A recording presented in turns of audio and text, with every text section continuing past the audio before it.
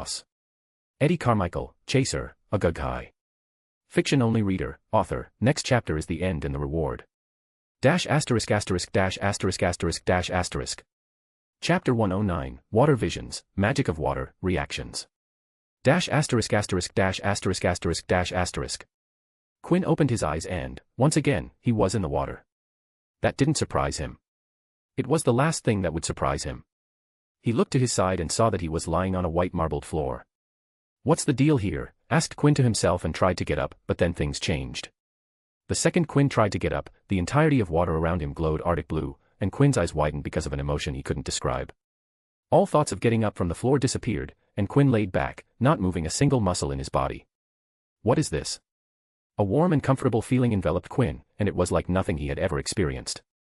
Quinn felt like he had been living in unrelenting conditions, struggling with the harsh realities of the world, and now he was at the end of the road, finally able to rest in peace. His taut muscles all over his body relaxed as the magic in the water made him relax. Without Quinn knowing, the injuries he had healed to completion somehow healed some more and then went even further. Quinn didn't realize it, but his body was going through a process of healing so thorough and miraculous that it wasn't something he had ever experienced. Things that Quinn's own body didn't realize needed healing were healing. Every single part of the body was going through healing. Every system in the 11 organ systems, including the integumentary, skeletal, muscular, lymphatic, respiratory, digestive, nervous, endocrine, cardiovascular, urinary, and reproductive systems was covered. Not a single cell in Quinn's body was left behind. Every cell in his body was being filled with a never-seen-before vitality. While all this happened, Quinn was busy feeling his magic. For someone like him, who used all his magic every day, it was needed to know how much magic he had to plan for consumption. Quinn had an excellent awareness of how much magic was there in his body. Right now, Quinn was feeling something mysterious and enchanting. My magic is being regenerated, but at this speed. Every magical human had a magical core that held all their magic, and one could increase the capacity of said cores by using more magic. Quinn did that every day by using all his magic and was absolutely confident in declaring that he had the best magic growth in the entire world. When someone used magic, they also regenerated it back, and everybody had their own magic regeneration speed. It depended on a few factors. The size of the magical core, as the capacity increased, so did the recovery speed.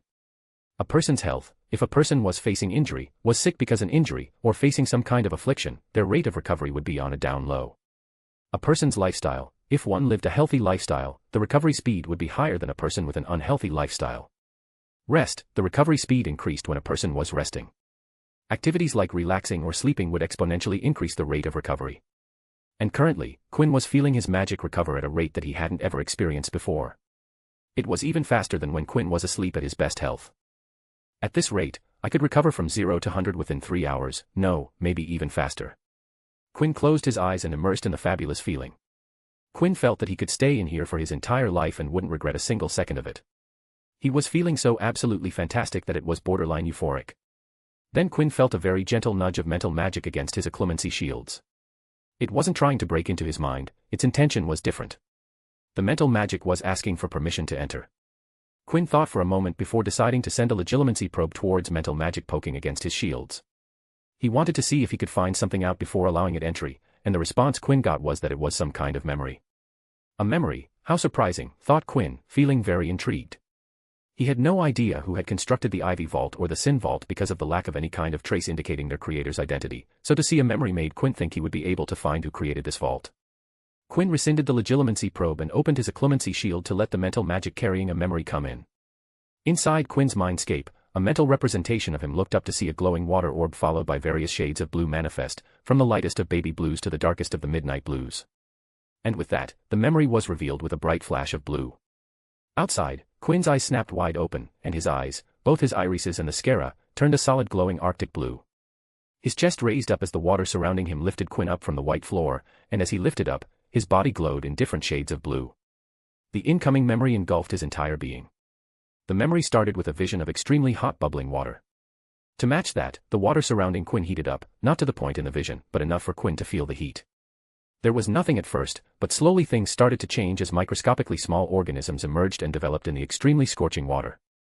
Then the vision seemed to fast forward at an incredible speed as the water started to cool down, and with time which seemed to be eons, different mysterious creatures roamed those waters. The vision switched, and now Quinn saw a gigantic huge tsunami wave coming right towards him, and within seconds, it crashed against him. The water outside turned turbulent to match the memory and rode all over him. Rain and storm accompanied the tsunami waves, creating a tandem whose sole aim was to cause destruction. The enormity of the tsunami waves was more terrifying than whatever Quinn had ever seen, and it caused his heart to race in fear. Against the titanic waves, Quinn felt they could erase him like an insignificant bug. The vision shifted, and Quinn found himself among a myriad of fishes swimming underwater. There were all kinds of aquatic creatures that swarmed around and past him. He saw both magical and non-magical creatures gliding around. He looked down to see beautiful coral reefs below him. He felt a shadow cast upon him and the reefs, and when he looked over, he saw a large blue whale swimming over him. But then what Quinn recognized as a Leviathan appeared above the whale, and the gigantic serpentine dragon dwarfed the whale and cast an even deeper shadow over both him and the blue whale. The image dissolved, and Quinn was suddenly in the air overseeing a forest full of lush and vibrant trees. Then, Quinn heard a rush of water, he turned and saw a horrifying flood trampling towards the woods. Within seconds, the angry flood crashed against the lush tree forest, and he could hear the shaking crunch of trees breaking through the roaring waves of water. Suddenly, the vision made Quinn descend into the forest, and there he saw the sickening sight of animals that lived within the forest struggling against the flood. Quinn heard the screams and witnessed the death of a beautiful ecosphere rich with flora and fauna, something that would take the area years to recover from. The scene once again disappeared like sand in the air to show a drastic change in the scenery. Quinn stood at the bank of a river stream, and on the opposite side of the stream was a herd of deer drinking water, and it was not just the deers but all kinds of animals near it that relied on the river. He looked into the clear water and watched fishes swimming by. Quinn followed a fish with his eyes, and suddenly a heron bird, who was standing by the bank, swooped in with its beak, picked a fish out of the river, and flew away. The vision again went through a change, and now he stood near a pond of steaming water. Quinn stood still for 10 seconds staring at the steaming water before, without warning, the water started to bubble, followed by an eruption as a water geyser emerged from the pond. The water from the geyser came down, steamy mist filled with the area, obstructing Quinn's vision. In the foggy mist, the atmosphere changed from humid wetness to a chilly cold. And when it cleared, Quinn stood on an ice cap over the vast, cold, unforgiving ocean. He was facing a spanning glacier that stretched across the horizon. Unlike the violent and noisy geyser, the glacier and ice caps were silent, reserved, and deadly. The ice cap beneath Quinn's feet abruptly cracked and, just as abruptly he had appeared, he sank down into the bone-chilling water. Quinn splashed around in the water, he tried to move and was unexpectedly successful. He raised his body and Quinn found himself coming up a stream of running water. At the end of the stream, Quinn heard a roaring noise, and when he reached the end of the stream, his eyes popped out because he was flung down from an edge of what seemed to be a gigantic waterfall. Quinn fell into the blasting water at the base of the waterfall, and suddenly there was no wild water. It became calm, and the model of serenity surrounded him. He felt his back touch and settle against a surface, and when Quinn opened his eyes, he was back in the aquatic vault, his back against the water marble, while staring at the light streaming through the water. Quinn didn't say anything and silently lay against the white marble floor. His mind was going through the scenes he had seen in the memory and contemplated what he had seen. His initial hope of seeing the creator of the aquatic vault had been dashed, and what he was shown had left a deep impression on his life. Quinn closed his eyes and let the feelings he was experiencing sink in. It was an indefinite time after which Quinn opened up his eyes, and they showed tranquility, unagitation, and peace. The teleportation insignia on Quinn's arm flashed with a blue light and whisked him away from the place, leaving behind a ripple. Scene break. The Kraken watched one of its tentacles as it swished back and forth and was about to add another tentacle to create a double swish when its yellow eye caught the special human coming out of the dangerous place. Kraken's eyes sparkled when it saw the special human, because it had decided today that it was going to push the tiny human a whole 7 times before letting him go. But then the Kraken noticed something odd with the special human. Through its mighty eyes, the Kraken could see a noble blue aura around the special human, something that hadn't been around the tiny human before. It had seen the same aura once before. It was a time before the Kraken had come to rest in this place and lived in the oceans. During those times, no creature of water dared to go against its mighty self, all of them bowed their heads to it and feared him. But one day, a traveler came to its territory, simply passing by, as if he was looking for a place to rest. The traveler had the same appearance as the fish people, merpeople, that lived along with him now. But unlike the weak fish people, the traveler was strong. The traveler had the same blue aura around him, and the water seemed to talk to him. The water seemed to enjoy moving along the traveler's will, enjoyed his touch, and seemed more lively when the traveler was around. The Kraken didn't know what the blue aura meant, but it knew that the blue aura was special. And now it was seeing it for the second time on the special human. In Kraken's mind, the special human just became more special. More special than almost any human it had ever seen. Scene break. Quinn stood on the lakebed in the center of the lake with his eyes closed. Water was one of the mysterious gifts of nature that supported and held life on Earth. Many indigenous communities had known the value of water for a long time. On the surface, water could be seen as food, a means of transport, an element for cleansing, purification, and initiation in cultural ceremonies. But deep down, water was something much more important, and while everybody knew it, Quinn became aware of it on a deeper level. Yet, it's the source, thought Quinn back to the sentence in the riddle. Friar was right, it was the source. Water is the cradle of life. If the sacred gift of the earth was life, water was the custodian of life. Water was sacred because it held life on Earth. A seed in the soil does not germinate until it receives water. No life on Earth could live without water. But at the same time, there was a duality to water. It can give life, but it can also destroy it at the same time. While rain brought life to the earth, storms uprooted the same life that it nurtured. If water was life, then the absence of it was death. Without water, drought and famine would overrun the earth. Tornadoes, hurricanes, tsunamis, tidal waves could wipe out all life in its path with no regard. They were the destructive phenomenon of nature that harnessed the power of the thing that covered 71% of all Earth. No matter how much any species on Earth tried to avoid it, they wouldn't be able to come out of it unscathed. Even humans, who built structures that tried to stand up to these agents of destruction, couldn't come out of it without suffering massive losses. In many mythologies across the world, floods were seen as divine retribution from higher powers sent to destroy the corrupt civilization so that rebirth could start from those waters. Water was the driving force of all nature, good or bad. Quinn had been looking at water from the perspective of magic. He thought about how it could be manipulated, how he could use it for his advantage. To Quinn, it was just something he could use magic on. The visions he had seen inside the vault made Quinn realize how small his view of water was. The visions had caused him to gain enlightenment of sorts. And from the bottom of his heart, Quinn wanted to showcase that enlightenment. Quinn deeply desired to show what he had experienced. For him, magic was the best way in which he could display his understanding, and the Great Lake was the best canvas on which the brush of magic would showcase its charm. He knew that what he was about to do would garner a lot of attention, and if he was found out, it would be a giant pain in the future. But Quinn couldn't hold it back. Quinn could feel his magic demanded that he do it now. His ego desired it more than anything in the world. Every cell inside Quinn's body urged him to do it. His mind, body, and soul wished for it. So Quinn let his restraints go. For this one time, Quinn let desire trump logic and let his ego overtake his identity. Quinn's eyes opened, and instead of the stone gray, two orbs of glowing purple greeted the world. Scene break. Ivy, Harry, and Lily Potter walked together through a corridor to Lily's private quarter in Hogwarts.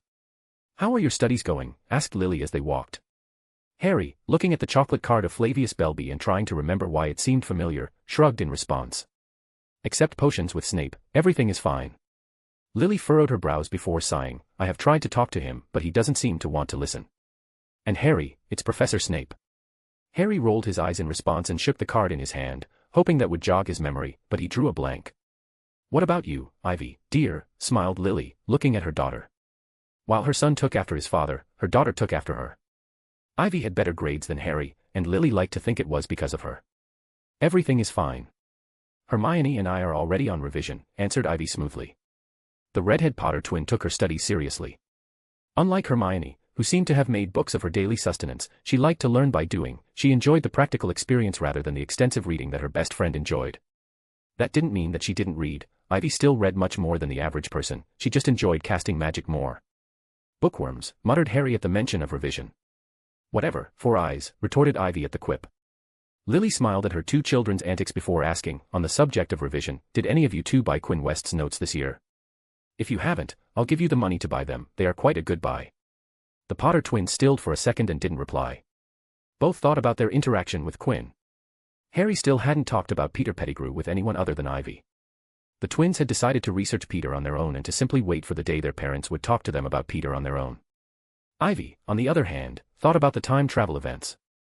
It didn't help when the events had taken place just a few days ago. She still couldn't wrap her head around what happened that day.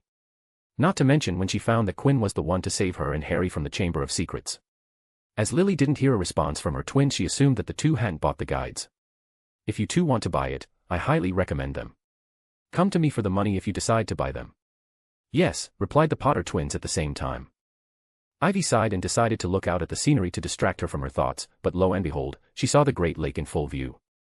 "Lovely," sighed Ivy, but then she stopped in her tracks when she saw ripples on the surface of the lake. Lily and Harry also slowed when they saw Ivy suddenly stop.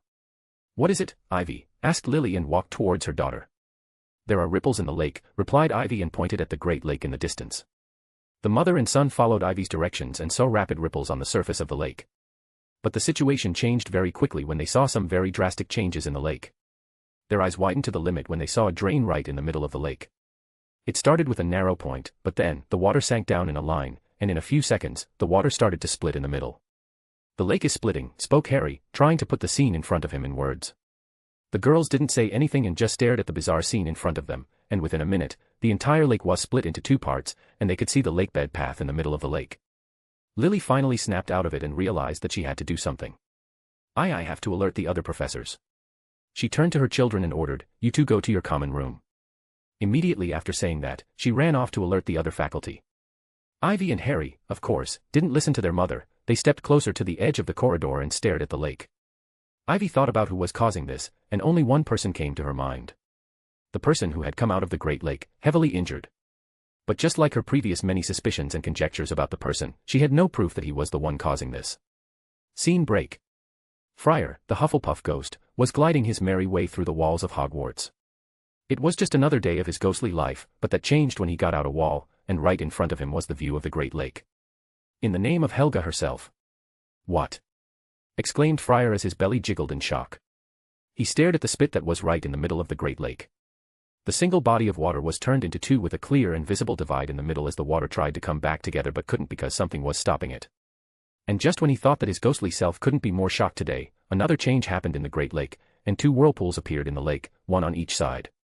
Anyone who could see this would assume that it was because of magic, and Friar was no different.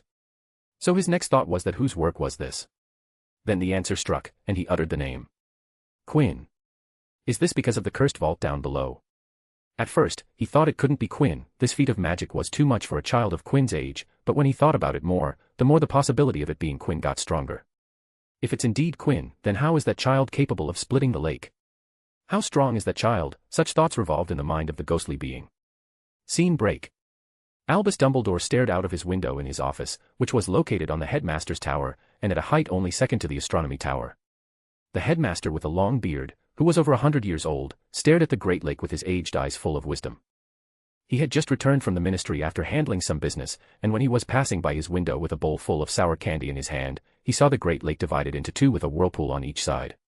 And now, as Dumbledore continued to stare at the strange and out-of-the-place phenomenon, he saw two massive masses of water come out of the center of whirlpools, floating up into the air. "Oh my, that's some impressive magic," chuckled Dumbledore in an impressed tone, but his eyes weren't portraying the same emotions. The blue eyes shined in a calculative and analytical light as Dumbledore stared at the Great Lake. The holder of the Elder Wand thought about who was doing this and where did they come from. Dumbledore first eliminated the possibility of the person being a student because the reserves and knowledge of water magic required was something he believed a student couldn't achieve. He knew of a few smart students in the castle, but even the smartest of them couldn't possibly achieve this. Dumbledore was so sure of it because the brightest student he had seen Hogwarts produce was the one named Tom Riddle, and even he couldn't do this while he was in his school years. So the remaining options were a professor, a resident of the Great Lake, or an unknown outsider. He eliminated the Great Lake resident because only merpeople in there could manipulate water, and he was sure that none of them was this capable. The remaining options were professors or an outsider, and he was leaning towards intruders because none of his professors were this powerful. "It's an outsider, then. I have to make sure the students are safe," said Dumbledore, and the bowl in his hand levitated to the nearby table as he walked out of the office with the death stick in his hand. But it turned out that by the time he got to the Great Lake, the waters had gone back to normal. Even after investigating, he didn't find anything but rich and heavy traces of advanced water magic. He talked to the merpeople inside, and the only unusual thing they told him was that the recent upheavals in the lake had been caused by the giant squid. *************. Quinn West, M.C., Moses. Ivy Potter, girl twin. This is him, isn't it? Harry Potter, boy twin, rapidly blinking in confusion. Lily Potter, professor, fan/promoter of the AID guides. Friar, Hufflepuff ghost, his belly shakes like a bowl full of jelly. Albus Dumbledore, headmaster, going through a sour candy phase. ************. Chapter 110, Music, Scheme, and Promise. **********. It was a time of the year that Quinn really enjoyed. Just as his second year when he completed the icy vault, this year, he had completed the aquatic vault, and now he was feeling as cool as a cucumber. There was spring in his steps and dance in his moves. At random times, he would break into a dance and enjoy the vibe he was feeling. The same thing happened when he finished the icy vault. While he very much enjoyed going through the vaults, there was always a sense of urgency in the back of Quinn's head in which he needed to complete one vault a year. So when he wrapped up the aquatic vault, Quinn felt he was done for the year. If he had to draw a very loose parallel, then the cursed vaults to him were what examinations were to students. When they ended, students rejoiced like they were part of a nation that just got independence from an oppressive power.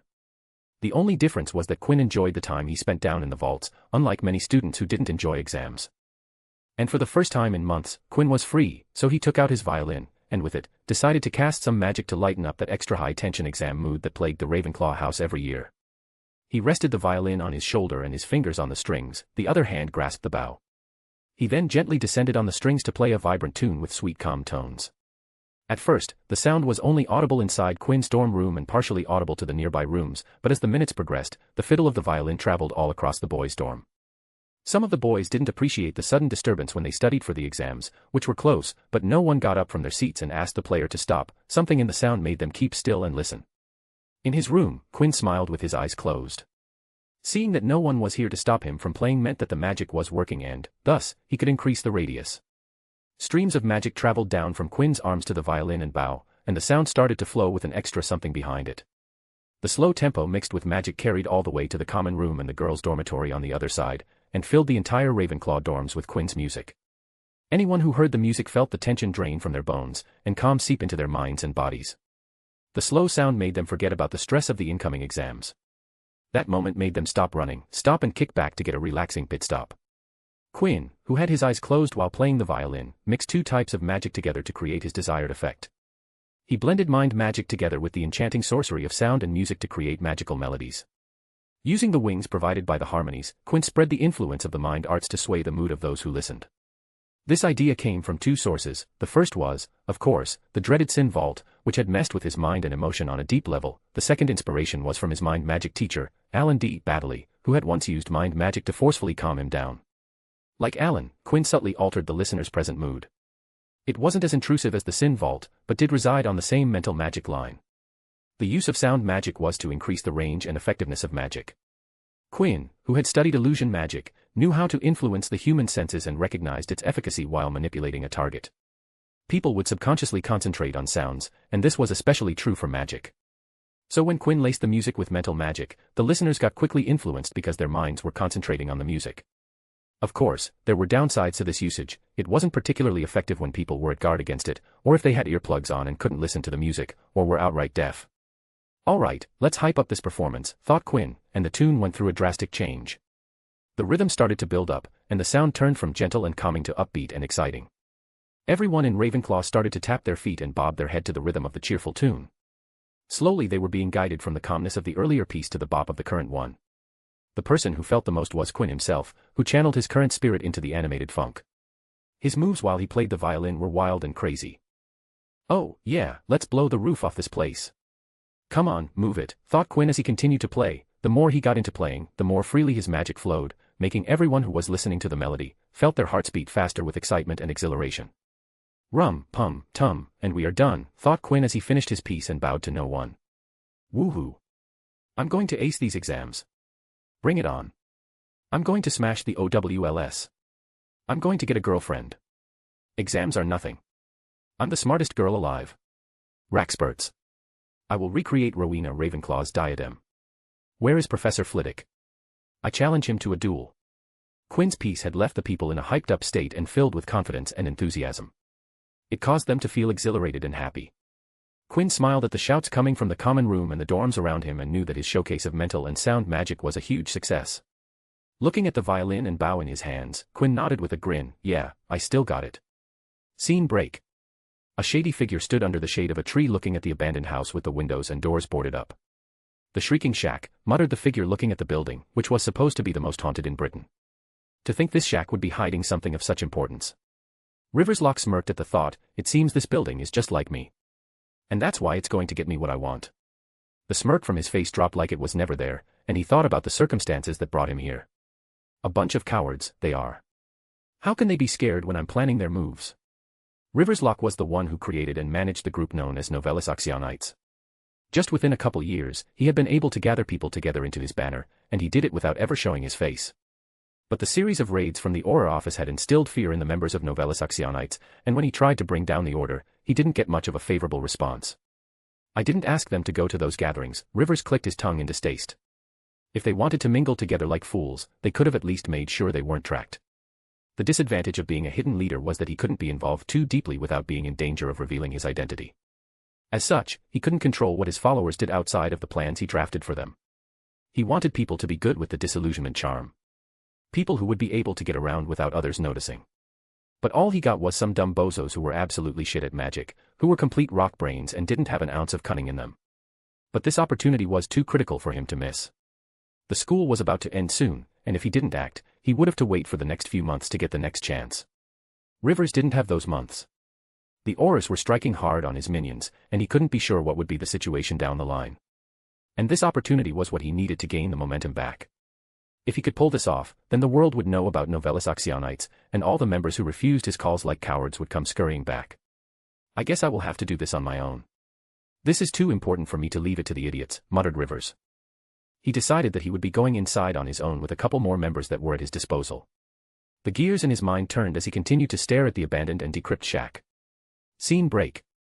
Quinn shimmied his way to the hospital wing with a rabbit in a cage. The rabbit had been very sick, infected with rabbit calicivirus, which was an illness that had an incubation period of 48 to 72 hours. Poppy had given him the brown rabbit and told him that he had a day and a half to return with a perfectly healthy rabbit. He knew nothing about calicivirus. It was a type of hemorrhagic disease virus. So he had only 48 to 72 hours to learn everyone about the disease and then heal the rabbit before it died. The research had been easy but lengthy, so by the time Quinn was done learning about the rabbit calicivirus, the rabbit was suffering from lethargy and fever. Quinn eradicated the disease from the brown rabbit and then healed the fluffy bunny. He did it within the confines of the time Poppy had given him. The rabbit was back to new in 24 hours. Poppy is slowly getting used to my learning speed. If I was still spending time at the vault, it probably would have taken me a day and a half. Quinn walked across the tiled floor of the hospital wing towards Poppy's office as he looked to the sides at the beds to see if she was tending to some students. And at the end of the wing hallway, Quinn stopped because he came across two people who he wasn't expecting to see in the hospital wing. Daphne. Astoria. Said Quinn, finding the Greengrass sisters with Astoria sitting on the bed while Daphne sat on a stool by her side. Multiple thoughts ran through his mind within the second he first laid eyes on the sister. What came out of his mouth was, "Have you seen Madame Pomfrey? I have something to talk with her. She is out for the moment." "Went down to the dungeon to meet Professor Snape to get some potion ingredients," replied Daphne, and while Quinn couldn't get a read from her expression, her body language told him that she was feeling uncomfortable. "You just missed her. She went out a minute ago," chimed in Astoria with a smile on her face. Quinn turned his eyes to the younger sister, and his stone-gray orbs noticed a pale pallor on her skin, a thin sheen of sweat on her face, her whites of eyes were muddled, and many other signs that Quinn had learned to pick up from his time with Poppy learning healing magic. She is obviously sick. The fact Poppy had to go out to obtain potion ingredients means this isn't a common ailment. "I wonder what plagues her," thought Quinn before smiling and asking, "May I join you too, ladies?" Daphne opened her mouth to speak something, but Astoria beat it to her. "Yes, please. You're free to join us," spoke Astoria with a smile on her face. Daphne glanced at her sister with an inscrutable expression that Astoria ignored, as she continued to smile towards Quinn. Quinn nodded and pulled a stool from beneath the bed. He took a seat and set the rabbit cage down on the floor. Astoria was sick, and Quinn didn't want to make it worse by introducing a rabbit to the girl. She does look the type who loves fluffy and cute things. "How have you two been?" asked Quinn, opening up the conversation. "I hope you two are feeling fine, nothing serious, I hope." Quinn knew the topic would come with their location, so he decided to use it as an opener. "Thank you for asking, we are doing fine, just a small dip in health," replied Daphne, matching eyes with Quinn. "Ah, it is serious, then," thought Quinn, and then he heard Daphne speak up. She must be worried. Even though she had used "we" in his answer, all three knew who she was talking to. "You don't have to lie. We can't change anything about it, so why hide it?" sighed Astoria and softly glanced at her older sister. She turned to Quinn and spoke without hesitation. "I have dash." "Astoria. No, I'm telling him. There is nothing to hide, and I don't get why you get to decide. I'm the one who has it." "I should be able to decide who to tell and who not to," answered Astoria in a firm tone, which was less weaker than her usual voice. Daphne softly sighed and closed her eyes in acceptance. She knew her little sister better than anyone and knew that when Astoria decided to do something, then even their parents wouldn't be able to change her mind. "I have a condition known as blood malediction. A blood malediction is a curse of the darkest type, passed down to the descendants for generations. Even the most common type of blood malediction is known to stay in the family for half a century," said Astoria with a smile on her face as she was retelling a fascinating story. "One of our ancestors was cursed with the curse, and from then on, the curse resurfaces even though it skips some generations. Our great-grandfather had it, and for 2 generations, our family was free of it, but it turned out that our generation wasn't so lucky because I got it." Quinn held his expression in place as he continued to listen to Astoria, and while the younger Greengrass spoke, Quinn felt the older sister glance at him from time to time. "There are many types of blood malediction. The one I have causes debilitation, leaving me frail and sickly. From time to time, I suffer from these lapses in health that will leave me in a very fragile state."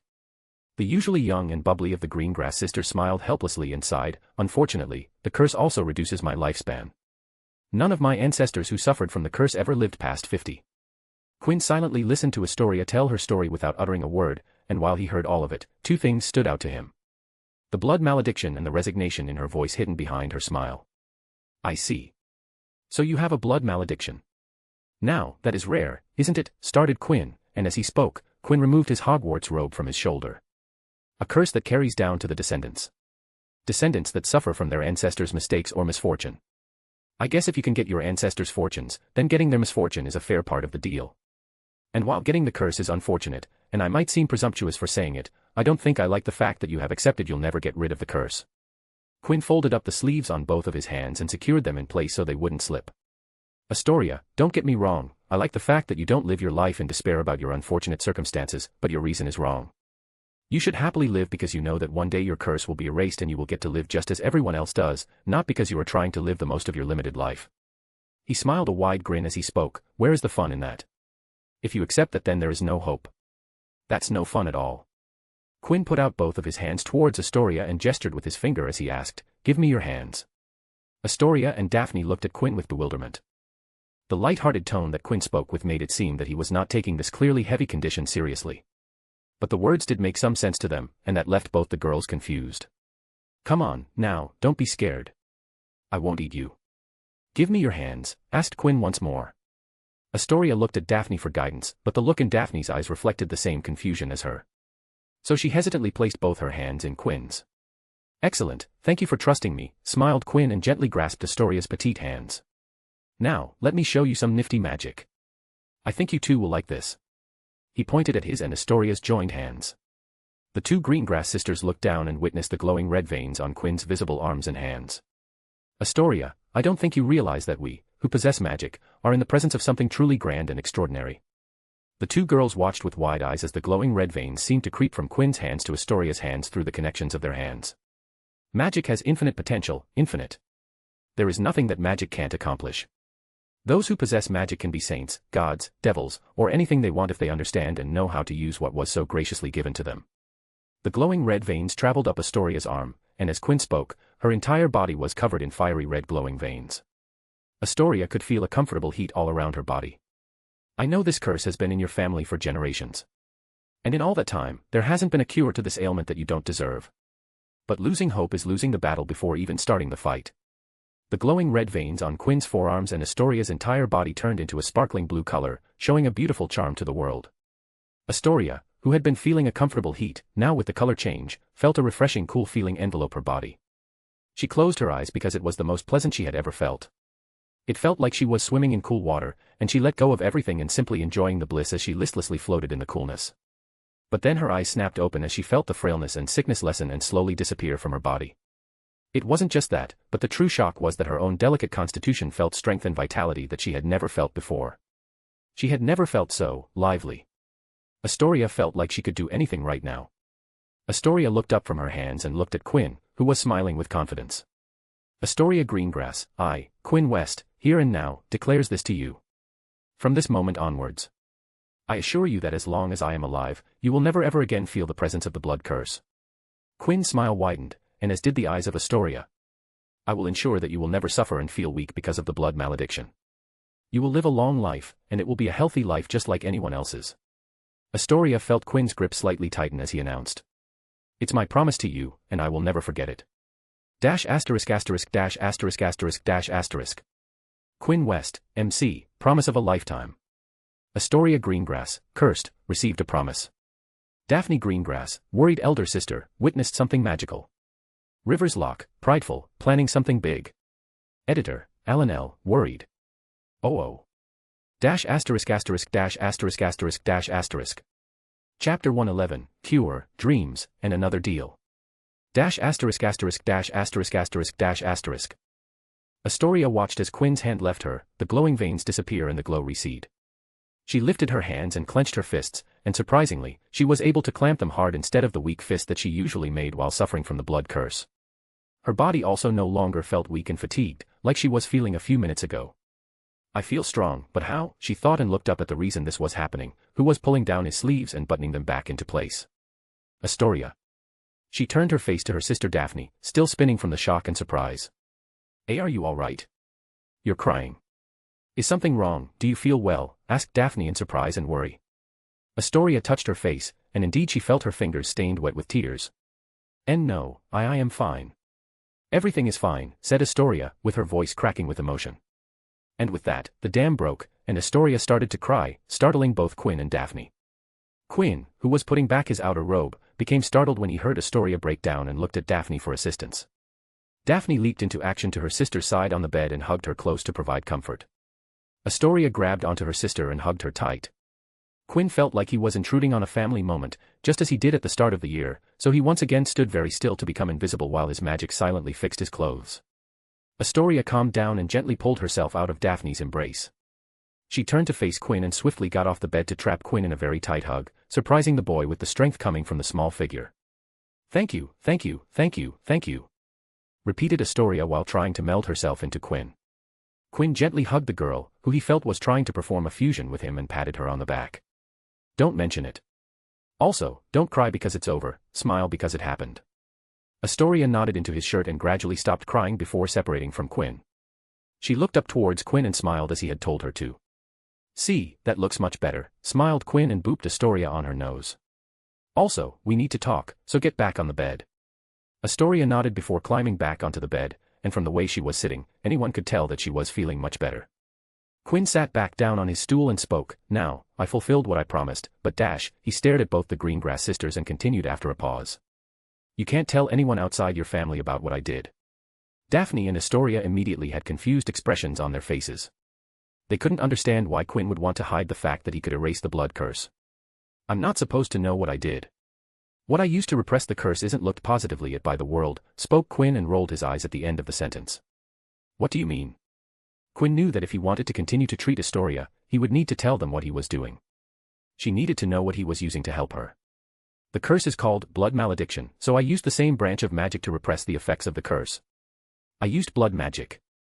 Daphne and Astoria's eyes widened because they knew what Quinn was implying. Blood magic was considered dark magic and something not to dwell in. Thag branch of magic was associated with evil sacrifices, to defiance nature in twisted ways, cruelty, and was seen as forbidden theurgy.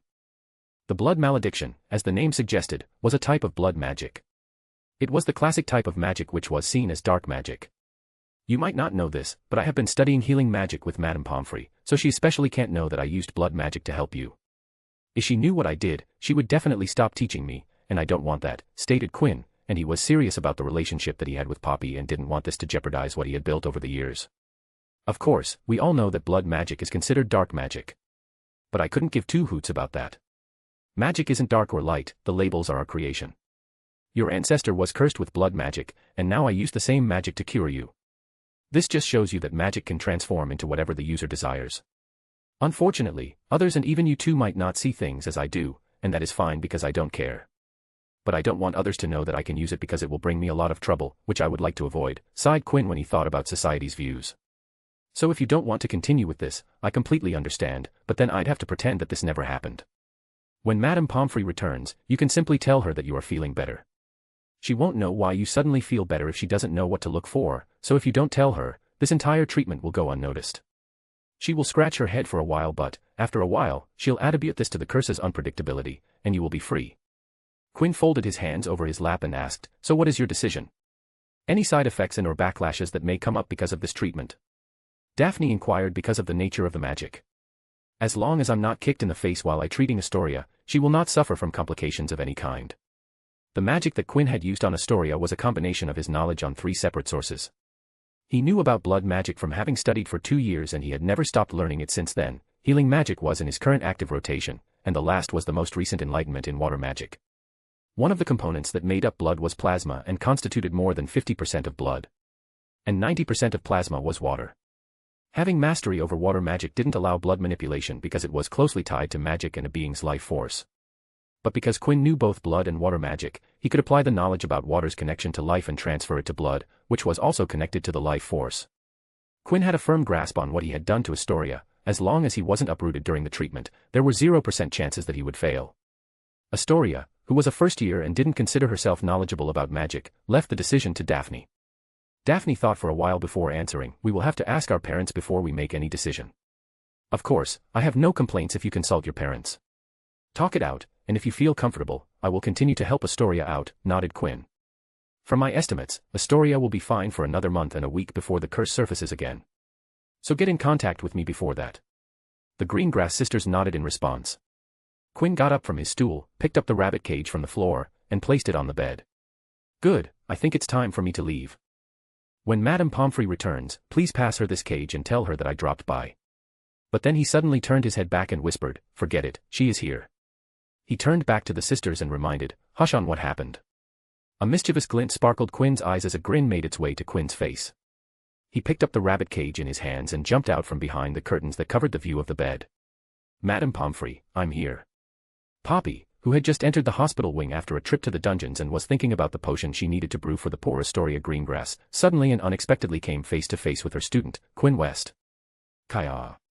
A surprised cry filled the hall as the small crate of ingredients she had brought dropped. Quinn, who wasn't expecting her to be holding things, moved very quickly and levitated the crate and all items inside it before any of them hit the floor and made them fly towards him. Now, he had the rabbit cage in one hand and the ingredient crate in the other. Poppy calmed down and was now glaring death beams at Quinn with a palm above her heart. Quinn blinked and half-chuckled in nervousness. Oops. Quinn, stand still and let me pelt you with stinging hexes. I promise it will hurt a lot, so just stand here, huffed Poppy and took out her wand with hands shaking in anger. Madame Pomfrey, you can hurt me later, but I believe you will want to check up on your patient. She tells me that her condition has suddenly changed, informed Quinn in an attempt to not get hit by stinging hexes. Poppy's anger vanished in an instant, and she hurried towards Astoria's bed to check up on her. What happened? How are you feeling? Did it get worse? Asked Poppy as soon as she laid her eyes upon Astoria and moved closer to observe her. No, it didn't get worse. I'm feeling much better, beamed Astoria, and her eyes subconsciously moved towards Quinn at the back. Poppy frowned at the response, but as she checked the signs, she did see that Astoria's complexion had improved, and she looked much more lively. Poppy cast some spells to check on her condition, and similar results came up. Astoria had indeed recovered, and the previous signs she had diagnosed were no longer evident. And just like Quinn had said, Poppy fussed for a while, but when she wasn't able to see any negative signs, Poppy concluded that Astoria was indeed healthy. Stay here today for observation. If there are no complications, you can leave, concluded Poppy. That's good, isn't it, Astoria, grinned Quinn before turning to Poppy and speaking, Madame Pomfrey, here you go, this is the rabbit you gave me yesterday. I have cured and healed him, and he is ready to hop and hump like any other bunny. Quinn suddenly set the cage into Poppy's hands and waved goodbye to everybody. See you all later. Madame Pomfrey, I will drop by tomorrow. He had to get out here before Poppy remembered that she needed to kill Quinn with stinging hexes. Astoria waved back before speaking to Daphne as she pushed. I'm fine now, you should also leave. She faced Quinn and said, Quinn, would you escort my sister? Quinn, who was about to bolt, stopped and nodded. Sure, I wouldn't mind. He turned to Daphne and asked, shall we? Are you sure you don't need me here? Asked Daphne. No, I'm fine, and Madame Pomfrey is here to take care of me, smiled Astoria and once gave her sister a little push. Daphne observed Astoria for a moment before nodding. She walked towards Quinn and the two left the hospital wing. Should I say it? Astoria looked at the now empty hospital wing and smacked her lips. She then faced Madame Pomfrey and spoke with a mischievous shine in her eyes, Quinn escaped from the pinching hexes. He thinks that, but when he comes back tomorrow, I'm going to get him, snorted Poppy as she went through the ingredient crate to see if anything was broken. Astoria giggled before asking, anyway, Madame Pomfrey, what do you do in a day as the matron? Poppy suddenly had a bad feeling, and when she looked up, she saw Astoria with a big smile on her face. She immediately knew the reason for the bad feeling, and the reason was the smile on Astoria's face was the same one Quinn had had when he came to the hospital wing and wanted to talk. Oh, no. You're just like him, aren't you? Scene break. Daphne and Quinn walked out of the hospital wing and, as Astoria had asked of him, Quinn escorted Daphne to the dungeons. He looked at Daphne and noticed that there was a lost expression on her face. What are you thinking about? Daphne looked up at Quinn and stared at him for a few seconds before opening up. I want to become a healer. A noble profession, responded Quinn shortly because he could see that Daphne had more to say. I was 7 years old when Astoria showed the first sign of the curse. Our parents clearly explained what the curse was, and it took a while to understand the seriousness of the condition. But when I did, I decided to become a healer so that I would one day cure the blood curse from Astoria. There was a faraway look on her face while Daphne continued to speak. As the years passed, I saw Astoria get sick every month because of the curse, and that strengthened my desire to become a healer. She paused for a second and took a deep breath before continuing. She is the complete opposite of me.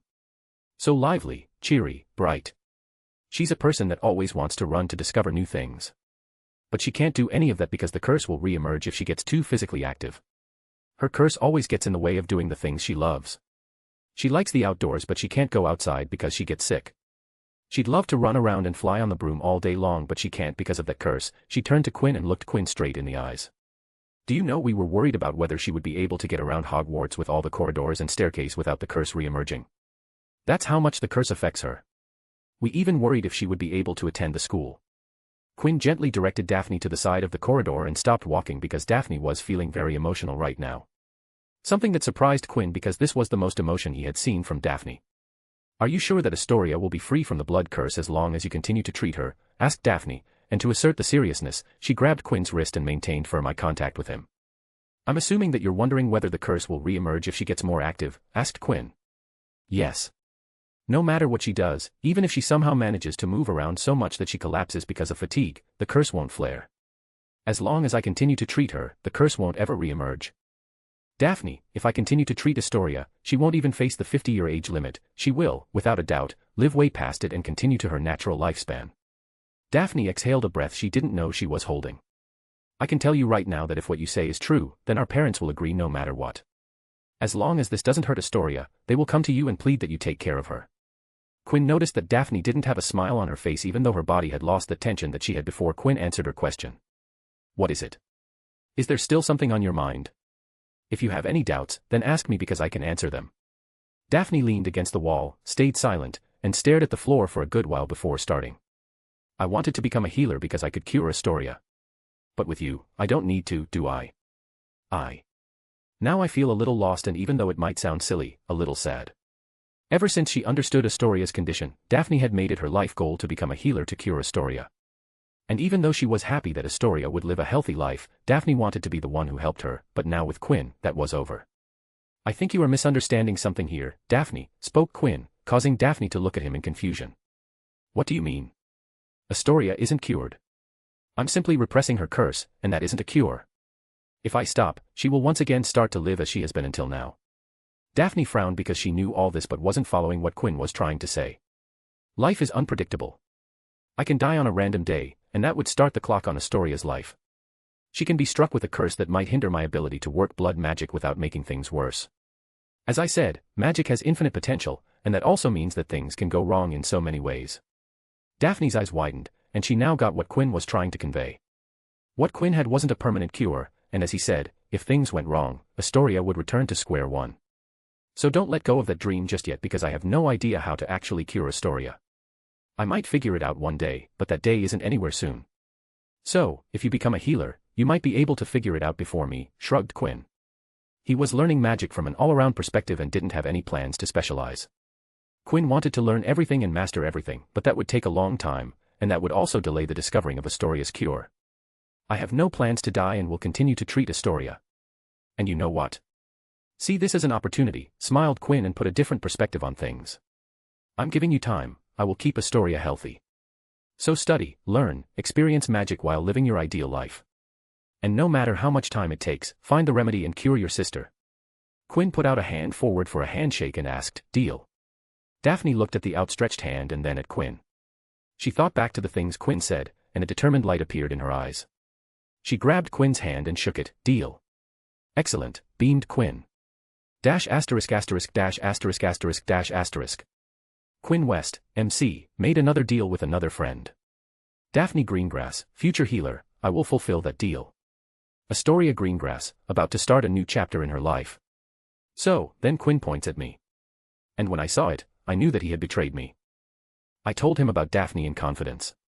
Poppy Pomfrey, Medi-healer, no. Not another one. Dash asterisk asterisk dash asterisk asterisk dash asterisk. Chapter 112, Infiltration, Kidnapping, Shrieking Shack. Dash asterisk asterisk dash asterisk asterisk dash asterisk. 3 men stood at a shady and hidden corner of Hogsmeade. The 3 men had arrived individually and converged at the position they had been given. Do you know what we're going to do today? Asked one of the 3 men. Another man glanced at the one who had said that and asked back, are you new? Is this your first time? I have been on one of the sweeps for Muggles and Muggleborns, but there were more people than this. He looked at the other 2 and said. If you get what I mean. The 3rd man joined the discussion and shared his own experience. This is different from the sweeps. If I am correct, this is going to be something different. So you don't know what we are going to do today? Asked the first man. The other two looked at each other before shrugging and shaking their heads. No, I was just asked to arrive at this place at a certain time, answered the second man. The same instructions for me as well, said the third man, but then he asked. Were you guys asked to bring that? The uniform, you mean? Asked the man and pulled out a matchstick bag from his robes. Yeah, the uniform. I mean, if that was asked. Do you think we have to? As the three men talked, an invisible Rivers Lock, under cover of a disillusionment spell, was listening and observing the three men. These three men had been selected from the Oxyonites that had responded to his calls. All three were chosen because they were easy to control and had something that would help him in what he was trying to accomplish. But before he revealed himself, Rivers wanted to see how these three reacted to the other. How were they feeling today? What did they discuss? The information they exchanged, and other traits that would help him decide on the finer details of the plan. Rivers never shared the complete plan with anyone. He always made sure that other than him, no one knew the entire picture. This way, he could limit the flow of information and isolate leaks if anyone decided to switch to the other side. And today, these three knew nothing other than the fact they were asked to bring their Hogwarts uniforms with them. These three will work. Yes, these three will do just fine, thought Rivers, and decided that it was time to start. He dropped the charm and revealed himself, startling them and caused them to take out their wands. It's good that all of you are here on time. It would have been unfortunate if you were late, said Rivers before glancing at the wands and then at their owners. Drop the wands. I'm your leader today. The three breathed a sigh of relief and withdrew their wands back into their robes. Do you have the orders? Asked one of the men. Yes, I do. I received the orders from one of the higher-ups. They said that this is quite important, replied Rivers and began establishing his image among the three. All right, who is A, B, and D? Asked Rivers. The three told Rivers about their assigned alphabets.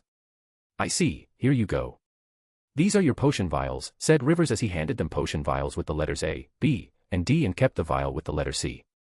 Of course, he already knew about their letters, but he wanted to establish that he was just one of them and was assigned to be the leader. That is why he gave himself the alphabet C, as that would imply that he wasn't unique or separate from them. What are we going to do? Rivers took out a shrunk-down uniform from his robes and showed it to them. I think you have already guessed it, but we are going to Hogwarts. He lifted his vial and continued. These are reverse-aging potions. They will return your outer appearance to your Hogwarts years. We're going to drink these, put on our uniforms, and go inside the castle. How are we going to get inside Hogwarts? Today isn't a Hogsmeade weekend, asked the second man. Rivers put on a fake yet flawless grin as he answered. Through the shrieking shack. All three men shivered and looked at each other in worry. The building was famous for being haunted. None of them had ever approached the abandoned building in their school years. I have been briefed that there's a secret tunnel in there that opens up in the castle grounds. We are going to use that tunnel and get inside to complete the mission. What are we going to do inside? Asked the third man. The other two men also looked on with the same curiosity, wondering what they were about to do inside Hogwarts. Rivers dropped the grin and revealed today's objective in simple words. We are going to kidnap the boy who lived and kill him in front of everyone. He paused and put on a proud expression. For the Dark Lord. The three young, pureblood men, who had joined Novellus Oxyonites because they believed the Voldemort ideology, nodded and felt the fear of entering the Shrieking Shack lesson as they felt they were doing something revolutionary. Scene break. Are you sure we aren't going to be recognized? Asked one of the Oxyonites, looking uncomfortable in the state he was. He looked around the castle and, if the situation had been different, he would have felt nostalgia. Nonetheless, right now, all he felt was anxiety. Rivers looked at the men, who looked uncomfortable, and nodded. No one will be looking at your faces. You can hide behind your clothes, and people will turn blind. Within the school, if you have a uniform, no one will give you a second look. All four people had entered the castle wearing Gryffindor-styled Hogwarts uniforms. Rivers was also wearing a Gryffindor-styles robe, but he had been Slytherin in his time at Hogwarts. The three men had been chosen because they had been from Gryffindor and knew some key areas of the castle like the Gryffindor Tower. Tell me, where would be the best place to grab and stun a Gryffindor student? Asked Rivers, his body relaxed. Rivers had ordered one of the men to take him to the places where Gryffindors frequented so that he could scout the places where the nabbing could take place. He had left the rest of the group to one of the places he had found in his school career that wasn't frequented by students. I would say that the base of Gryffindor Tower is a good place. Every lion will have to pass through there to get to the common room, replied the Actionite grunt. Rivers hummed in thought before scratching the location out of the viable options. No. If every Gryffindor goes through there, then the chances of being seen are high. How about the passages around the quad, especially the ones near the suspension bridge? We can wait at the ones that lead to the Gryffindor Tower and get the brat there, offered the man turned into child. Rivers rolled his eyes in a way such that the grunt couldn't see it and internally sighed. Not there, students from all houses walk those passages. Too much risk and exposure, said Rivers, keeping his voice straight to hide the contempt towards the stupid plan. As they passed the Great Hall, Rivers' eyes caught the notice wall, which had, understandingly, all kinds of notices on it. He stopped and walked towards the wall to get a good look. The man-child grunt followed Rivers and gave the wall a cursory glance while Rivers read every notice, and it seemed it was the right move because he found something good. I found the perfect place, smiled Rivers, and a plan immediately formed in his mind. Huh, where? Asked the grunt in confusion. The Gryffindor team booked the pitch from after lunch till the closing time. Rivers pointed out the notice that mentioned the pitch's schedule. Harry Potter, the youngest seeker in Hogwarts history, Rivers' smile widened as he decided how he was going to pull his plan. This is going to work. Scene break. Ugh, I'm so tired, groaned Fred, wiping his body down with a towel. Oliver is going to kill us at this rate, continued George as he put a fresh shirt on his body. The Quidditch practice had just ended, and in the boys' locker room were the Weasley twins, Fred and George, along with Harry Potter. They were changing out from their Quidditch gear, while the captain was out to lock the ball kit into the storage closet. Harry sighed and stretched his hands above, trying to elevate the tension after keeping them at the broom for the entire practice. He was tired but not as much as Fred and George, who had to be on alert for the blood jars all the time and had to use extra energy and stamina in hitting the blood jars with their beater bats. Hey, did you hear about the new Ravenclaw chaser? What's his name? Asked Fred. He turned to George expecting an answer, but the other twin also couldn't recall. I don't know, but they're saying that he is the real deal. The Ravenclaw keeper can't stop him from scoring. They both turned to Harry and asked in unison. Harry, do you know? Harry shut his locker and spat out the name of the newly added chaser of the Ravenclaw team. Eddie Carmichael. Harry didn't like Eddie since their previous meeting. He hadn't talked to Eddie after that, but whenever their eyes would meet, Eddie would raise up his chin and look at him as if he was looking down at him. I mean, let the bloke play a game before putting him over the shoulders. Playing in practice and in a game is different, grumbled Harry. He had been hearing the name too much. Even Oliver, who had been strict with his praises, had sung some after scouting a single Ravenclaw practice in secret. Fred and George got dressed quickly and left the locker room with their stuff. Harry, we'll be waiting outside, so hurry up and come out. Harry turned and said, I'll wait for Oliver. You guys go and see if the girls are ready. All right we will see you two outside. Harry heard the door close and started packing his thing into his bag. Then he heard the door open up. Oliver, hurry up, said Harry thinking that Oliver had come back. The rest are waiting outside. He turned back to see two people dressed in Gryffindor robes standing at the door, and then his world went black. Scene break. It has been a while since we have done this, hasn't it, said James Potter looking at the decrepit walls of the two-store building. It's been a while. We haven't done this since the Wolfsbane potion was discovered, answered Sirius Black as he whipped out his wand to clean the room they were standing in. You both didn't have to do this. With me on the potion, I usually just sleep after I transform, spoke Remus Lupin, looking at his two friends who were here to keep him company. The three marauders stood in a room, a very disordered, dusty room. Wallpaper was peeling from the walls. There were stains all over the floor. Every piece of furniture was broken as if somebody had smashed it. And the windows were all boarded up. To be honest, we aren't doing this for you, grinned Sirius as he took 2 bottles out from his coat. We just wanted an excuse to get together so we can get plastered. Sirius and James were quite busy with their jobs as senior aurors, and the load had been recently heavier, with them interrogating and preparing for trials of the people arrested from the raids. Plus, both of them were also occupied with their seats in Wisengamot. James had been involved with politics since a long time ago. But Sirius was new to the scene and had only been handed the position after his grandfather, Arcturus Black III, had died. In his will he had reinstated Sirius into the family before his death. Remus, too, had a busy schedule as a professor at Hogwarts. A professor at Hogwarts needed to handle 7 years' worth of students, and thus it was quite a hectic job. With 3 friends busy with their lives, they decided to use Remus' werewolf transformation as a short time to catch up with each other. It was also a nostalgic thing for them as they did it during their school life. James squatted in front of a broken chair and pointed it as he looked at Remus. Hey, do you remember this chair? I remember lifting it up with my antlers and throwing it at you. I don't think that it's that chair. I'm not even sure it was this room, remarked Remus. Though I might be wrong. I don't remember much of those days. I didn't have the potion back then. All of it was kind of a blur. Sirius lifted and shook the 2 booze bottles with a rascal-like grin. That is what we are trying to do. Make things blurry, but more fun. Are you sure you can drink? Asked James as he got up from the floor and turned to Remus. Will the effects change when you transform? The last thing we need to look out for is a drunk werewolf. Remus chuckled and shook his head. No, as long as I take the potion without any addition to it when I drink it.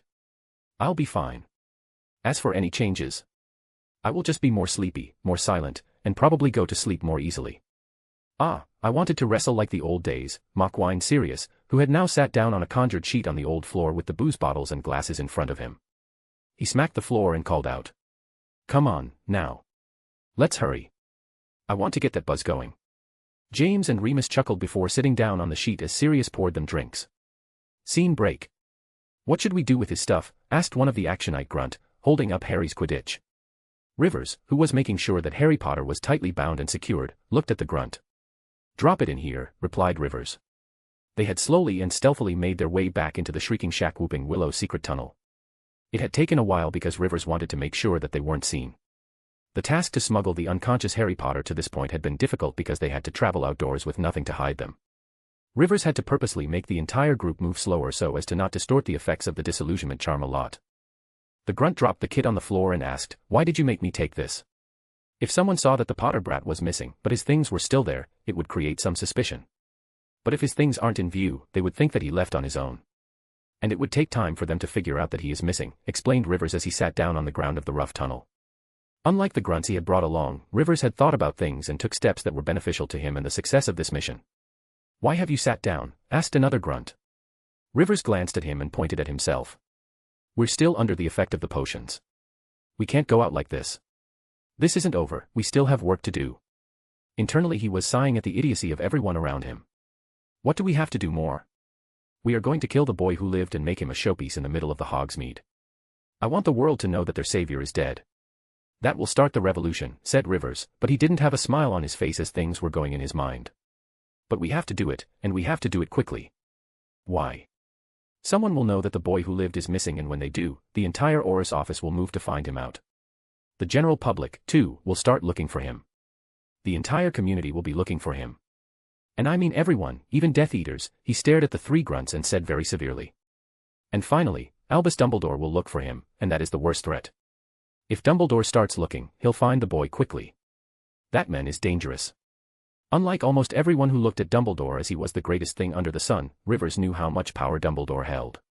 He knew that Dumbledore had both political and magical power, and he had both of them in excess. To Rivers, Dumbledore was a person who was capable of controlling everything. He even thought that he was probably doing it already. We need to complete this quickly and then separate from this boy. The longer we stay with him, the greater the chance of us getting caught. As I said, people will be looking for him, and when they do find him, we will be there. He stared at them and ordered. We will move as soon as possible. And when they nodded, Rivers thought. Though you guys won't be coming out of it alive. They had seen his face, and that connected him to Novellus Oxyonites. He couldn't have that, so they needed to die. Scene break. Yeah, this is about it, I guess, smiled Quinn as he sat in front of Gary while approving some designs. Good, you will get them by next week, nodded Gary and collected all the design papers.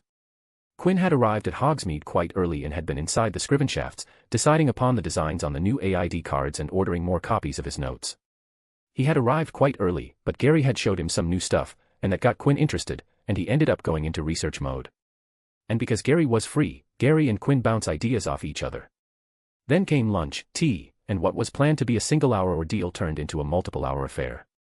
I'm getting late. I need to get back to the castle, said Quinn as he looked at his pocket watch. He looked up and smiled. Today was fun, Gary. Let's do it again sometime.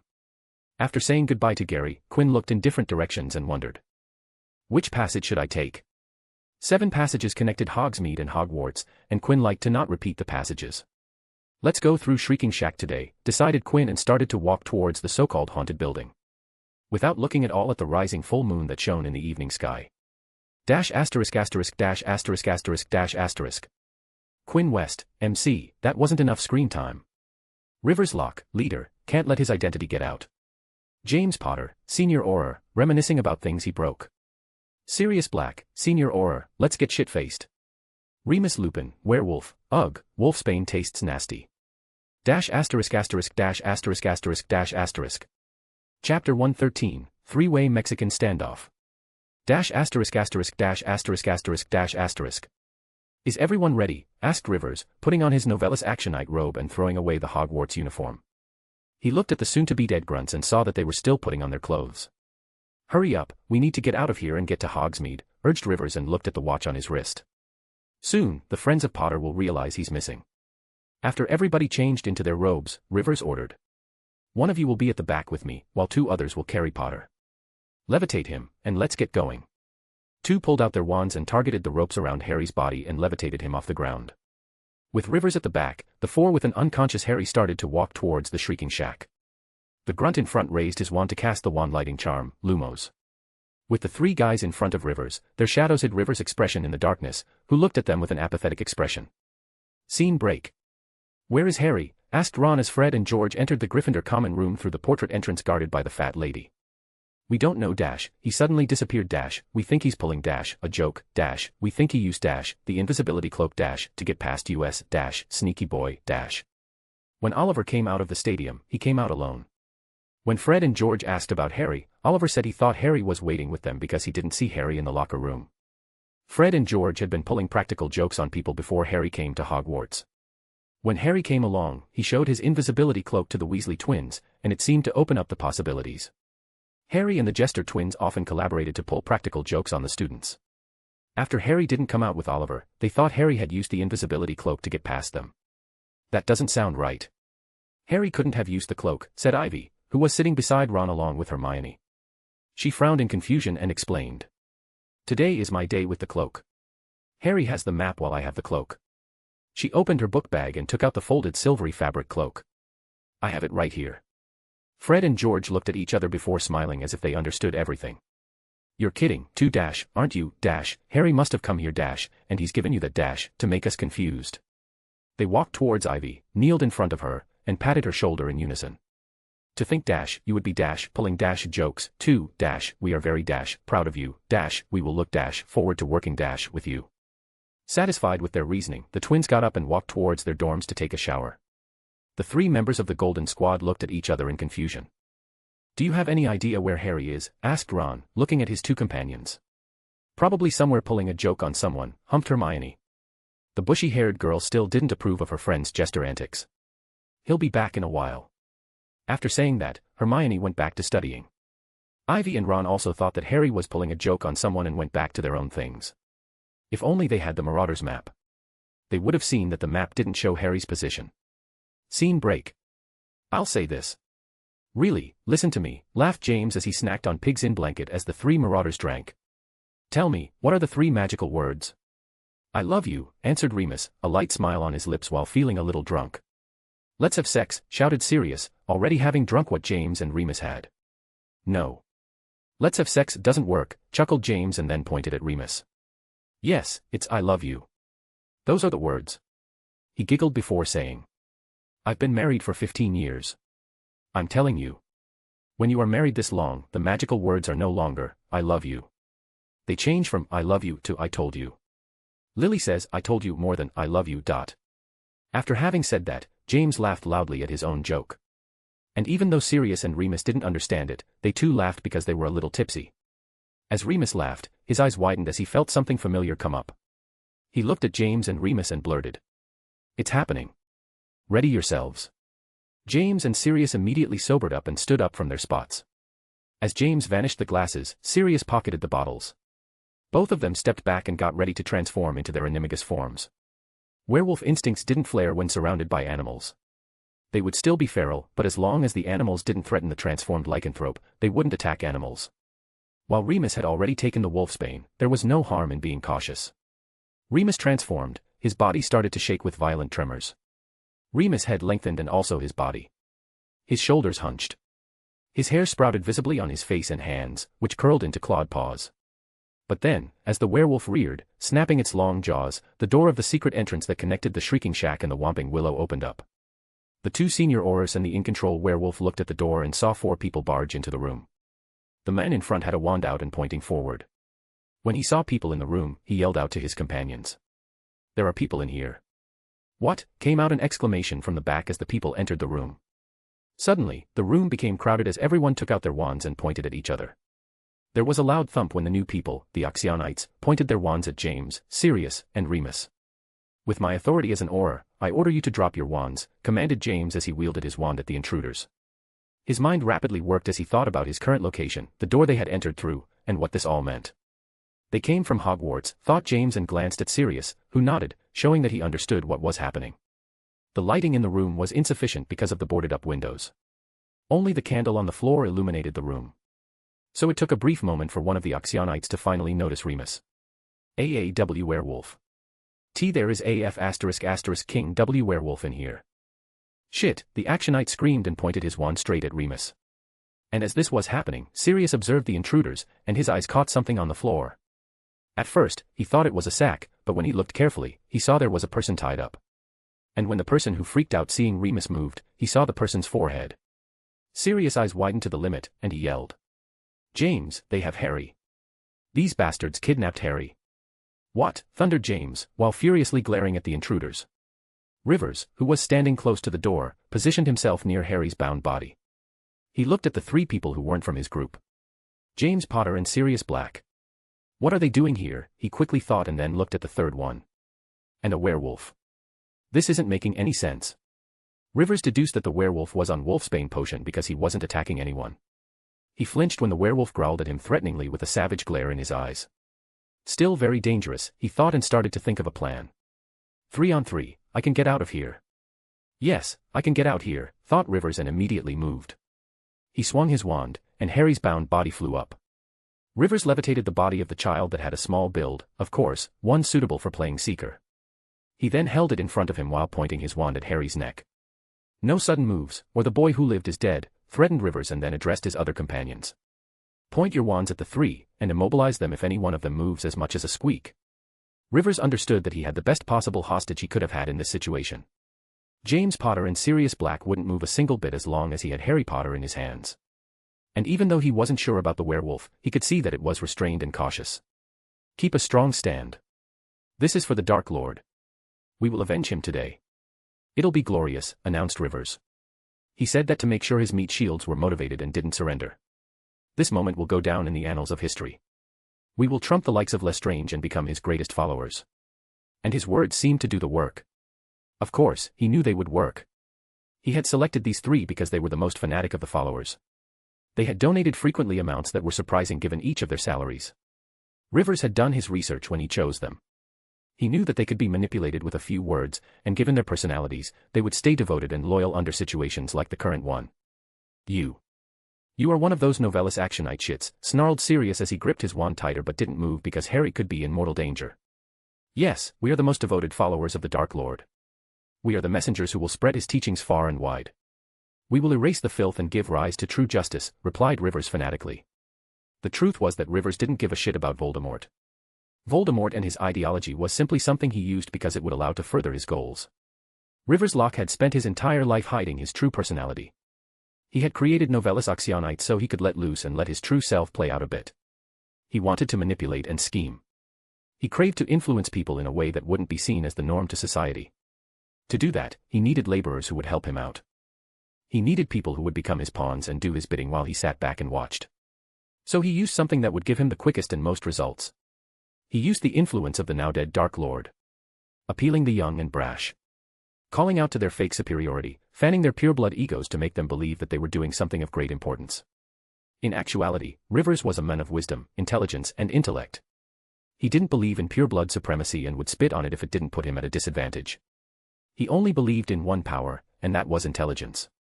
Rivers believed that if one had sufficient intellect, they could take down anyone. If you were unrivaled in terms of brainpower, even the strongest wizards and witches wouldn't do anything but submit. And Rivers had proved it by controlling many people without ever putting himself in the sights of authorities. Rivers Locke only wanted one thing. He wanted to see the world burn and look down at it burning like a god hidden in the shadows while controlling everything and everybody. This situation wasn't great, but Rivers wasn't going to let himself fail here. He had Harry Potter, the savior of the wizarding world, in his hands. The death of the boy who lived would sow enough chaos to satisfy Rivers' soul. I'm the smartest man in the room. I can get out of here unharmed.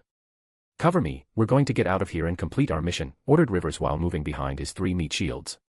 The Marauders couldn't do anything with Harry being held hostage.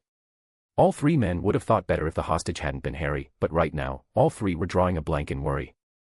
As Rivers' group moved towards the door that led out of the room towards the main entrance of the shack, it suddenly opened up. Every single person immediately tensed up and looked at the door. Oh. Scene break. Quinn opened the door of the room that had the entrance to the passage.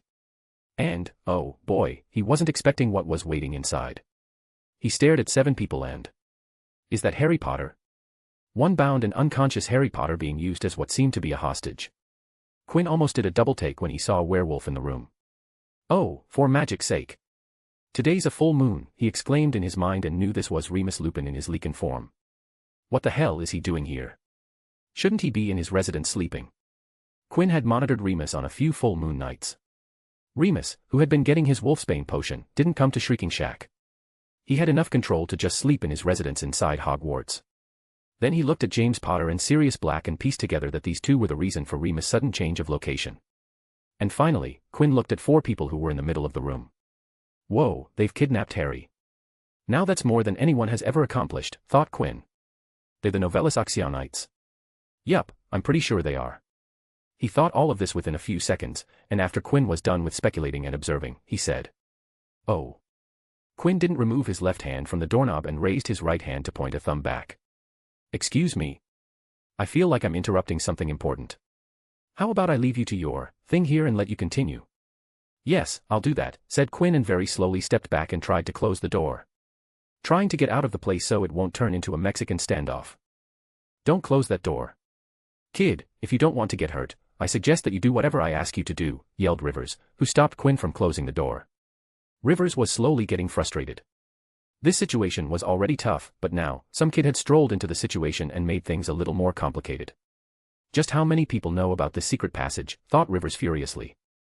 The matchup was 4-on-3, and he couldn't let it turn into 4-on-4, so he tried to intimidate Quinn.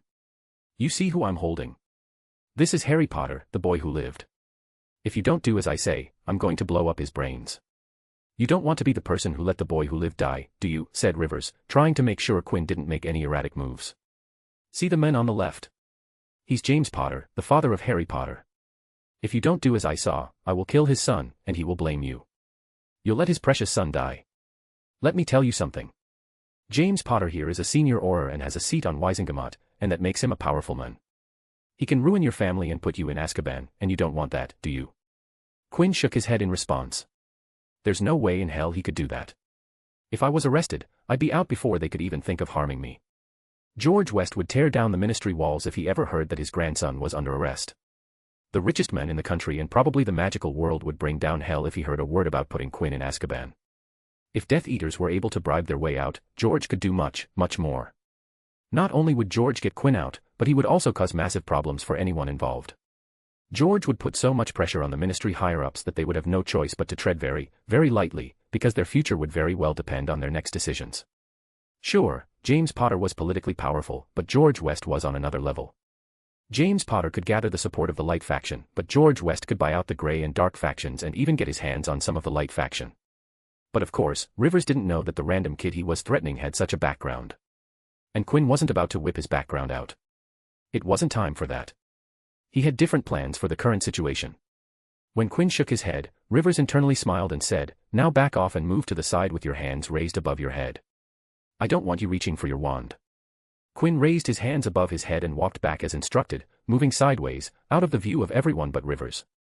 He showed complete compliance. Rivers nodded and slowly moved forward towards the open door while his grunts covered him. Quinn stared at Rivers with a silent gaze and waited for an opportunity. Just a little more and it will be the time. They were still behind the threshold of the door the moment Rivers got out of the room, as his grunts were still behind and bunched up. It's time, thought Quinn. Suddenly the wand in Rivers' hands went flying. Right after, the door snapped closed. Quinn lowered his hand and ran towards Rivers. He used magic to pull on Harry's binding to separate him from Rivers. Rivers became too stunned/shocked at the sudden change of events. He couldn't help but look to his side just to feel a kick planted in his stomach. The force of the kick knocked the air out of him, and he immediately knelt. The next second, he once again felt a kick, this time in his chest, and it made him lie on the ground. Suffering from panic, he looked through his shaky vision and saw Quinn as he descended on top of him. Then he felt his arms being trapped under Quinn's knees. "This will hurt, so brace yourself," said Quinn and raised his fist and brought it down onto Rivers' face. The solid fist impacted Rivers' jaw and cheeks, making a sickening sound. Scene break. As soon as the door closed, the marauders took action. They raised their wands and shot spells on the actionite grunts. The grunts were surprised to see their path cut off, and in that lapse of concentration and focus, they were hit with spells. It was over for them. The Aurors and the lycanthrope stunned and bound their opponents within seconds while using extra power just to make sure they wouldn't be waking anytime soon. The second the grunts' wands were retrieved, the three men ran towards the door, but when they opened the closed door, they were greeted with a shocking sight. In front of them was Harry's unconscious body. James immediately moved towards his son to check upon him. And on the side, Sirius and Remus saw the kid that had barged in standing up on top of the Novellus actionite who led the others. It shocked them to see him raining punches on the actionite's face. Then they heard him speak. "Damn it. My knuckles hurt. Oh, Rowena, I haven't punched anyone without gloves before and it hurts." They saw as the kid looked down. He then shrugged his shoulders and elbowed the actionite in the face. Sirius moved to stop the kid, but the kid stopped on his own and stood up. Sirius, who was closer to the kind, saw the bloodied face of the actionite. And from the looks of it, he was completely and totally out. Sirius looked up and saw that the teenager was facing him. He was scrunching his face and raised his hands to look at them. "I think I injured my hands. This really hurt. I definitely need to go to Madame Pomfrey. They don't look well." The tense situation inside the shrieking shack had come to a sudden and dramatic end. ************** Quinn West, MC, I think I fractured my knuckles. Shit, it hurts. Rivers Lock, wants chaos, broken face and knocked out. James Potter, Auror, off-duty, tipsy, has been married for a long time. Sirius Black, Auror, off-duty, tipsier, have to collect the booze, first. Remus Lupin, lycanthrope, werewolf, what the hell? What the hell? What the hell? *************** Chapter 114, Potter's Thoughts and Time Before Meeting. ************** I think I injured my hands. This really hurts. I definitely need to go to Madame Pomfrey. They don't look well, said Quinn with his arms raised in front of him and his hands hung limply from below the wrist area. Who are you? Asked Sirius Black, while moving his eyes from Quinn to the bloodied face and back to Quinn. And what are you doing here? Quinn weaved magic into his hands and numbed the pain. He didn't attempt to heal his battered-up hands and only stuck to eliminating the pain from his injured knuckles and wrist. "Oh, I'm Quinn West, a fourth-year student at Hogwarts," introduced Quinn while scrunching up his face to portray that he was feeling pain. He then focused on the werewolf in the room and said, "Professor Lupin might know me from his classes." Sirius, Remus, and even James, who was checking up on his son, widened their eyes when they heard Quinn address Remus in his werewolf form as Professor Lupin. "What are you talking about?" uttered Sirius, while trying to separate Remus Lupin from the werewolf that stood beside him. "Oh, please. I already know that Professor Lupin is a werewolf," scoffed Quinn and turned his head to look at the lycanthrope. The signs were all there. He disappeared for a few days because of weak health and the absence period was always after the full moon. Quinn then brought in the statement that would close this line of conversation. Professor Snape tried really hard to point out that Professor Lupin is a werewolf. The preparation he did for the werewolf revision lesson was outstanding. For once, he was completely involved in teaching. He even asked if any one of us had doubts, shrugged Quinn and then finished with a smile. It was an unusual yet fascinating day. It made me think that people can accomplish anything if they put their hearts into it. What? That Snake did that, exclaimed Sirius, his hands tightening into fists at the thought of Snape trying to out his friend. I'll blast him when I see that twat. Werewolf Remus put his hairy paw on Sirius to wind his friend down. After calming down, Sirius continued the conversation. If you knew, why didn't you tell anyone? He paused and then slowly asked. Did you tell anyone? I didn't tell anyone. When I realized that Professor Lupin was a werewolf, I gave it a thought.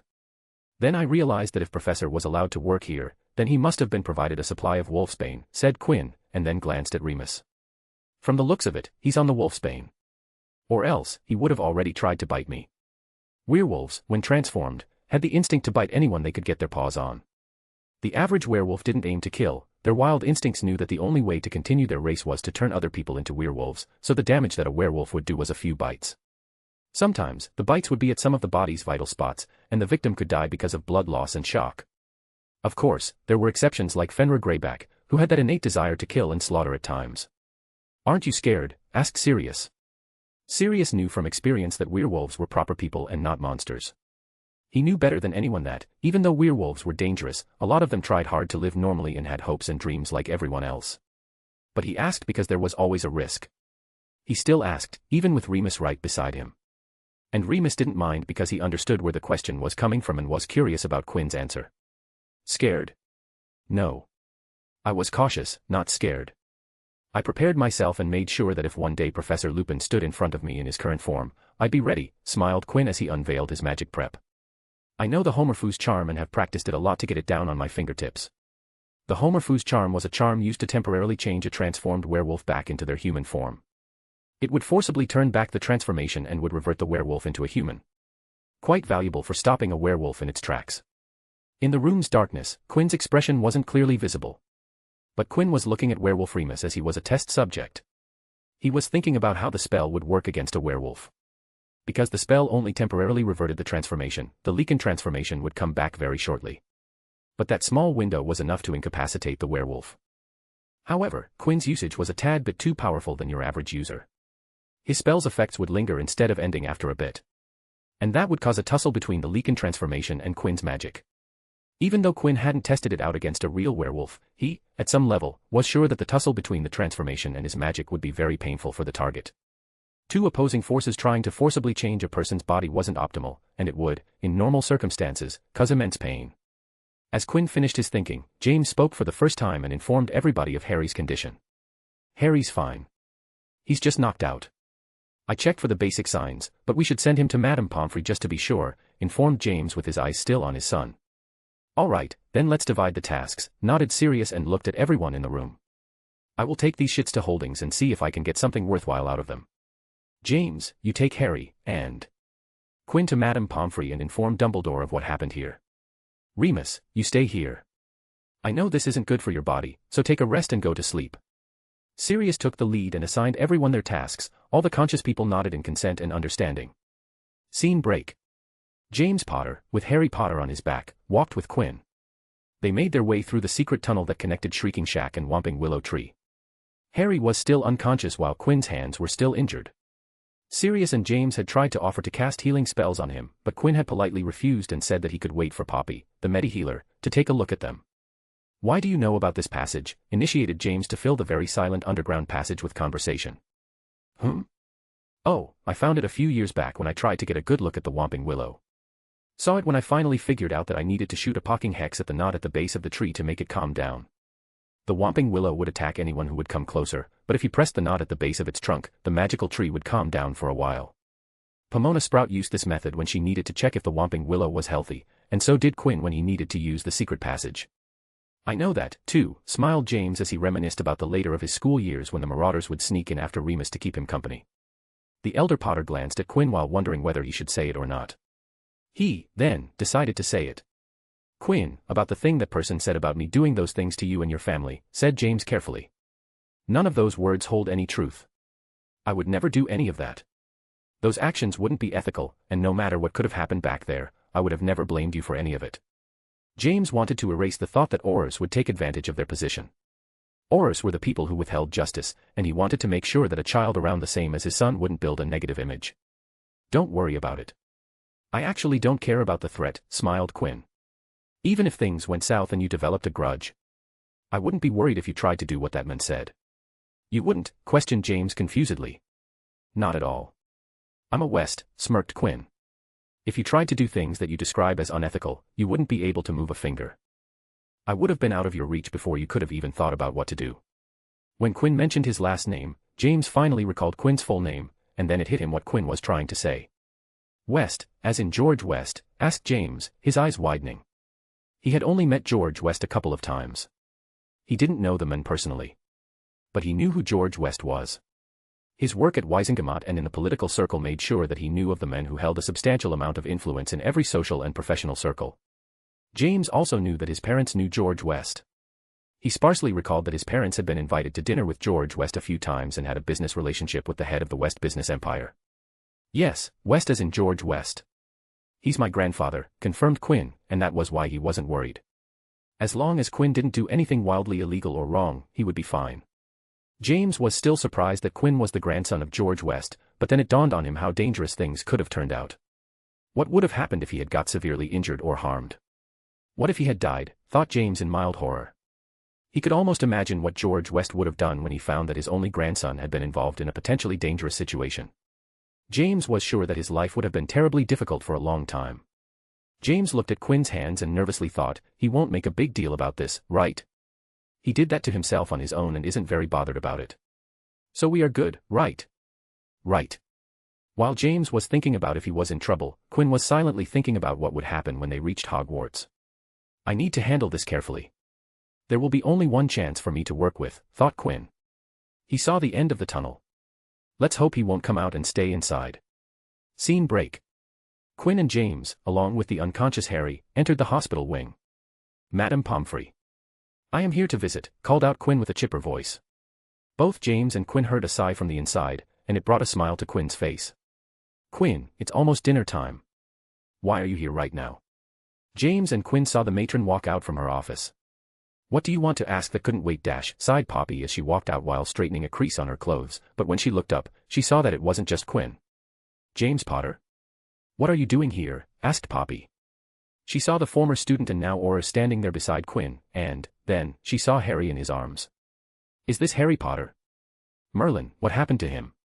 She walked forward and towards a bed that was beside the three. What are you standing there for? Lay the boy down on the bed. James moved as instructed and gingerly lay his son on the bed. Did you check up on him? Asked Poppy as she diagnosed Harry. I did. Harry is knocked out. He was dropped to the ground. I think he has a concussion on his head, nodded James as he replied. Huh. Poppy looked up from Harry at James. I was talking to Quinn. But, yes, you are an Auror, so I guess you have some elementary healing skills. James looked at Quinn with confusion. I was in a bit of a pinch, Madame Pomfrey. I couldn't concentrate with the pain, smiled Quinn. Pain. Poppy once again looked at Harry and saw Quinn raise his arms and show his hands. Quinn's hands had swollen from below the wrist, and the knuckles had turned green and purple.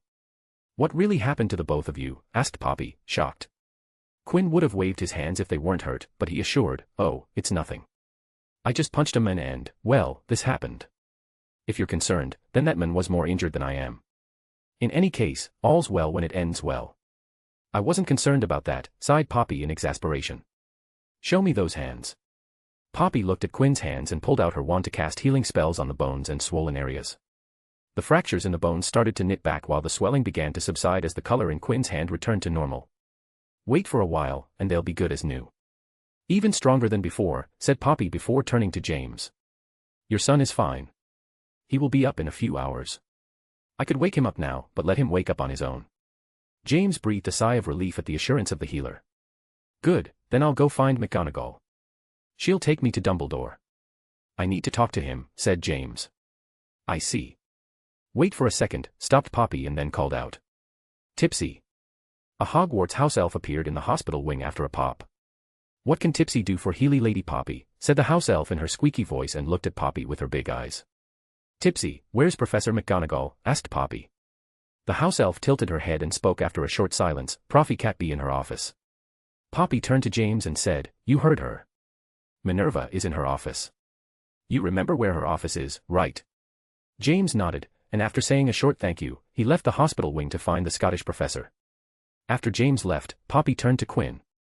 You're staying here till your hands are healed, don't even think of leaving before I give you my consent, warned Poppy as her eyes narrowed. Madame Pomfrey, have you ever seen me trying to leave your company early? I'll stay with you as long as you desire, grinned Quinn. I still don't know what happened. How did you get injured? And what about the person who you punched? Where is he?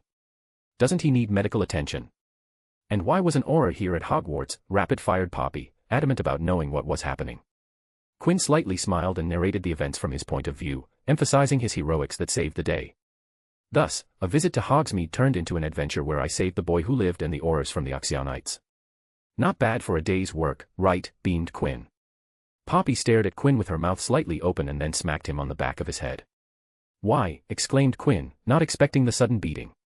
You knew about Remus being a werewolf, fumed Poppy. You were messing with me that day when you brought up werewolves. Do you know how scared I was? Oh, uttered Quinn, and then a smile bloomed on his face. Yeah, that was fun. I love the tea. We should do it again soon, how about next Thursday? How does that sound? Poppy raised her hand for another smack, but Quinn dodged it with a grin on his face. So you don't mind that Remus Lupin is a werewolf? I don't mind.